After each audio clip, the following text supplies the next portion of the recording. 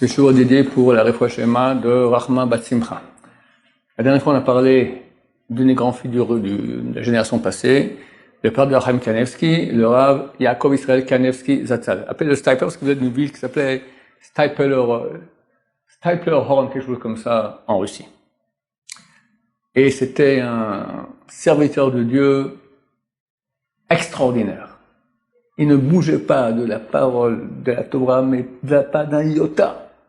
Je donne un exemple. Il était à l'armée russe. Il devait faire la garde.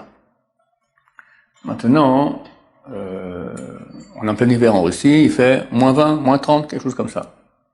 Donc il a son grand manteau de fourrure, son sac, et en situation de danger de mort. Shabbat.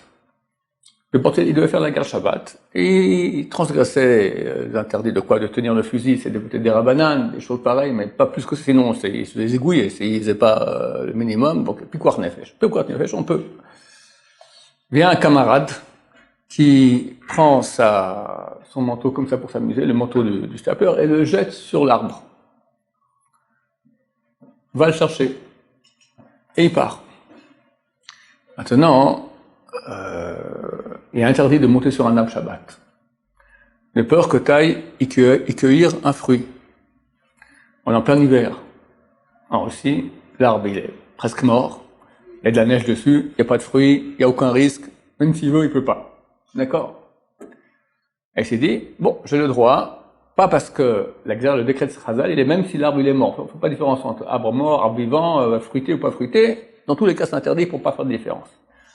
Moi, je suis en situation de Pikuach Nefesh, je suis en danger de mort. Si je peux mourir de froid. Donc, il n'y a aucun problème, on repousse le Shabbat pour sauver une vie. Il s'est dit, je suis pas encore en situation vraiment de danger de vie. Là, ça va, j'ai froid, j'ai très froid, mais je survis. Bon, j'avais encore 5 minutes. Après 5 minutes, il fait très froid. Mais est-ce que je peux aller maintenant vraiment je suis vraiment en situation de mort? Non, pas encore. Après 5 minutes, de nouveau, et comme ça, de 5 minutes, il est arrivé jusqu'à Motzei Shabbat. Il a eu tort de faire ça, il est devenu sourd d'une oreille à cause de ça. Il y a une oreille qui a gelé à cause de ça, du froid. Et il a attendu jusqu'à Motzei Shabbat pour aller reprendre son manteau. Alors, il est devenu sourd d'une oreille, il a eu tort d'agir comme ça. Mais dans le ciel, ça fait une révolution.